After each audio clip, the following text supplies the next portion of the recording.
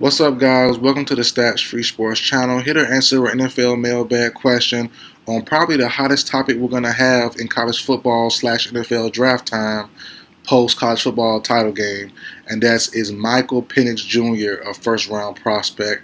Let's get into it. So, before I answer, guys, and give my take on it, answer down below. Do you believe Michael Penix Jr. is a first round prospect? I've seen some people have him as a day 2 option. Some people has him as a top 5, top 10. Let me see what you have to say in your in my comments down below. But let's get into it, guys. My personal opinion on Michael Penix Jr. Is he a first round pick? I say no. Now, he's a first round talent in my opinion, right? First round talent, especially the last 2 years. Last year was a coming out party. This year it was kind of solidified himself, and he kind of had a weird year. It was a great year, but a weird year. Started off in the preseason as kind of a college football preseason, more of a fringe first round pick. Early during the season, okay, he's still a fringe. Midway through the year, okay, he's legit. He's gonna be a first rounder. He's balling like crazy. At the middle of the year, kind of a low point, kind of a slow decline in play. Wasn't terrible, but wasn't his normal great self. It was like, okay, he's back to fringe first rounder. Then he played Texas in the playoff his last game prior to Michigan, and okay, he solidified top 10. And then now versus Michigan, not everyone, but a lot of people saying he's a day 2 guy. Me personally, I felt this way the entire year, right? And you can go back to my Shedeur Sanders video I did on if he's a first rounder out there, I think week 3 or week 4. And I said Shedeur's a great talent, but if I have to debate about it right now this year, Shedeur, and that was early on during the season when they were winning, I was saying Shedeur is a high second round pick. I think Penix, playing Michigan, right? His toughest opponent he's had all season, the last 2 years, really. Playing Michigan, who is similar to an SEC style defense, who is similar to an NFL defense, he struggled. Now, I will say, the right tackle, number 73, gave him no help. he was allowing instant pressure. He was taking back calls for holding. He was getting blitz all night. And not even a blitz package from the Michigan defense, just whoever was in front of him was blitzing him personally. It was punishing him, and also it was a little holding on some of the Michigan the defenders that weren't called. So I will give Michael Penix credit for those things, and he battled. But it's 2 things that really stood out to me last night versus Michigan.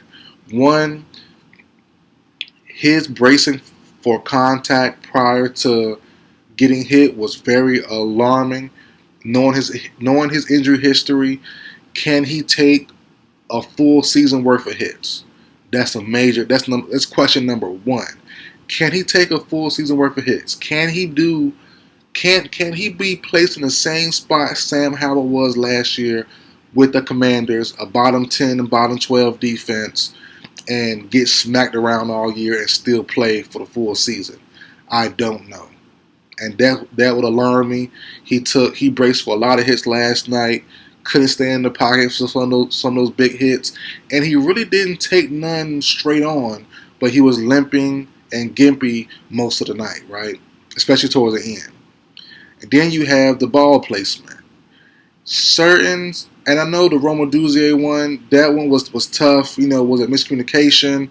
Rome turned inside when he should have turned outside, and Penix threw it outside, so that's fine. It looked bad. It was a bad moment. It could have been a big play, but that's just more communication during a split-second time. It is what it is. I'm not worried about that one.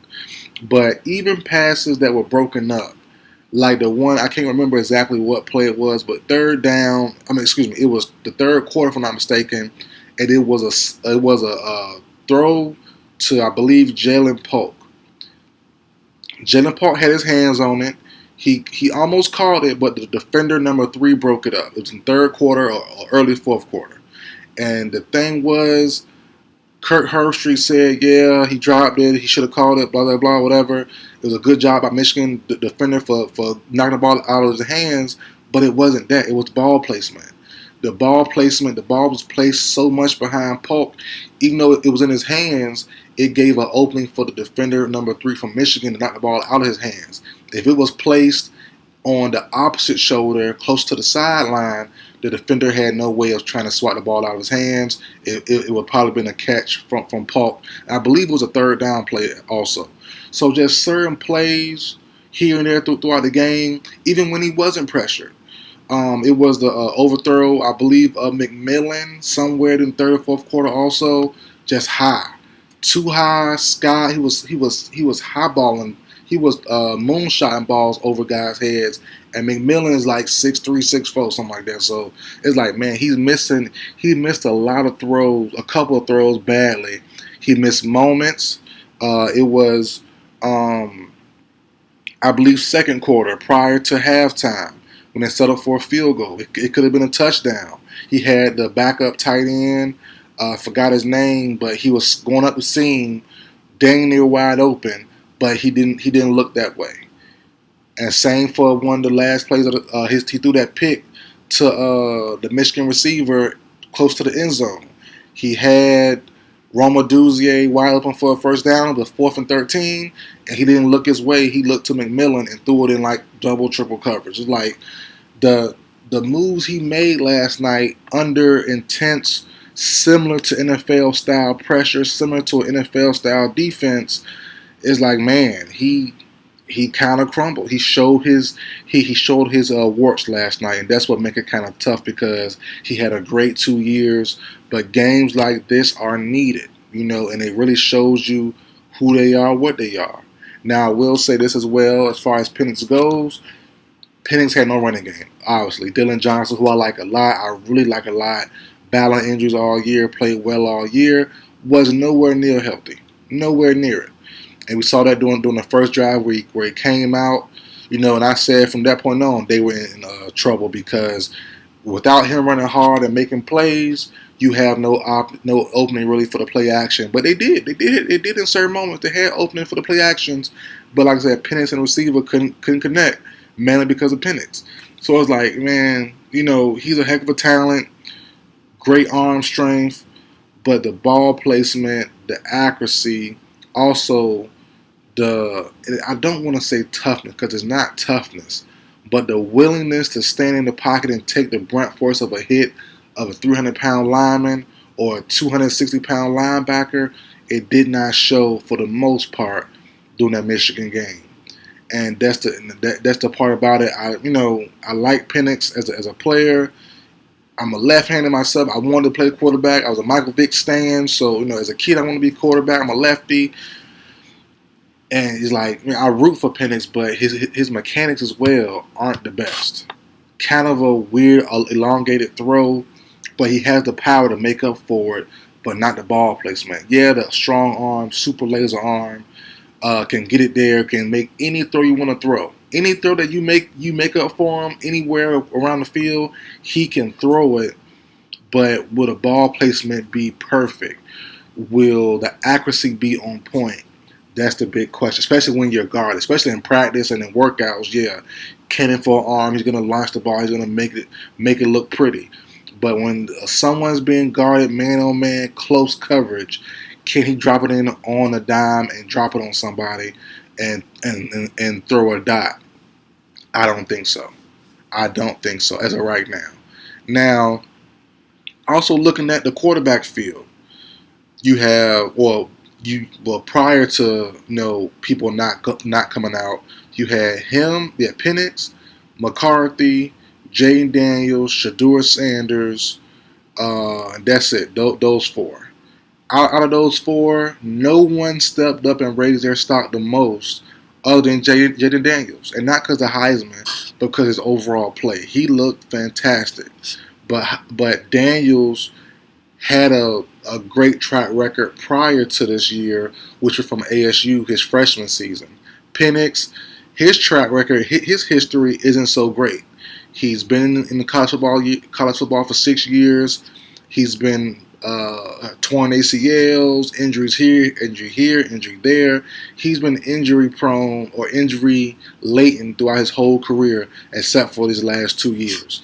And the thing is, as I said, with him knowing that himself, he can be mobile, he can move around the pocket, but is he willing to be mobile? Is he willing to take a hit for a first down? And if he is willing, can his body hold up? So that's the thing about it as well. I like Penix a lot, but I just can't see a team putting a first round pick on him. I really don't. Now, high second, mid second, for sure. For sure. He's definitely worth it.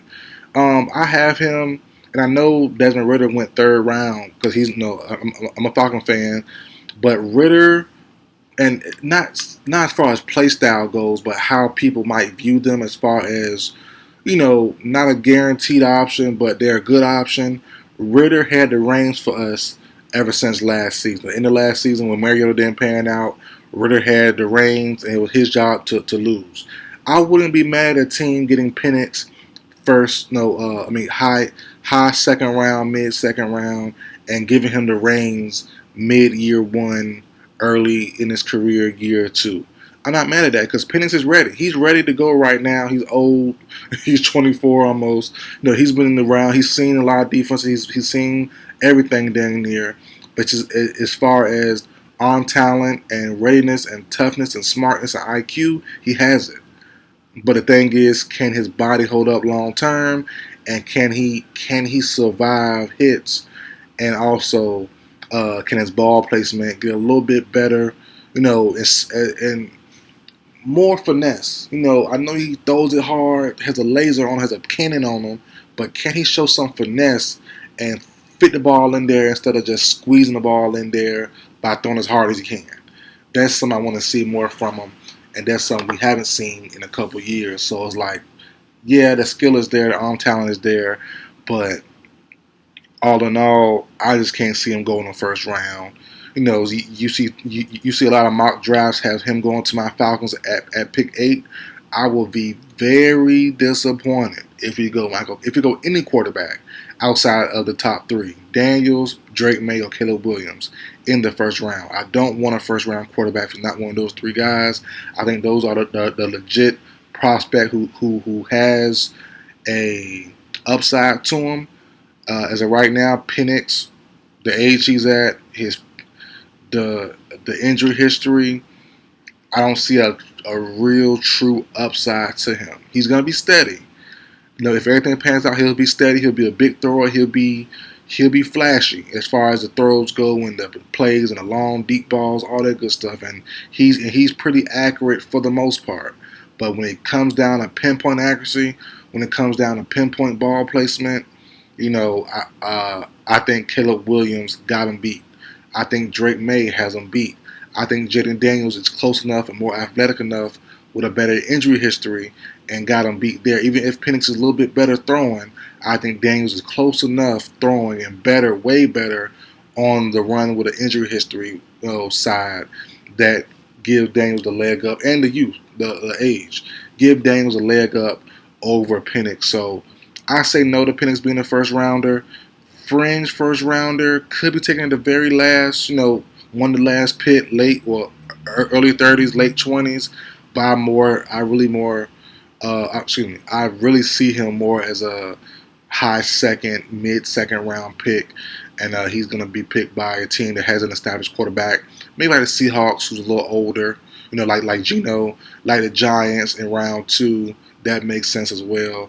But maybe the Rams in round 2, late round 2, or they trade up to get him because they have Stetson Bennett right now, who might not be the guy. Or Bennett and Carson Wentz, who neither one will be the guy long term most likely, and Stafford doesn't have that much longer left.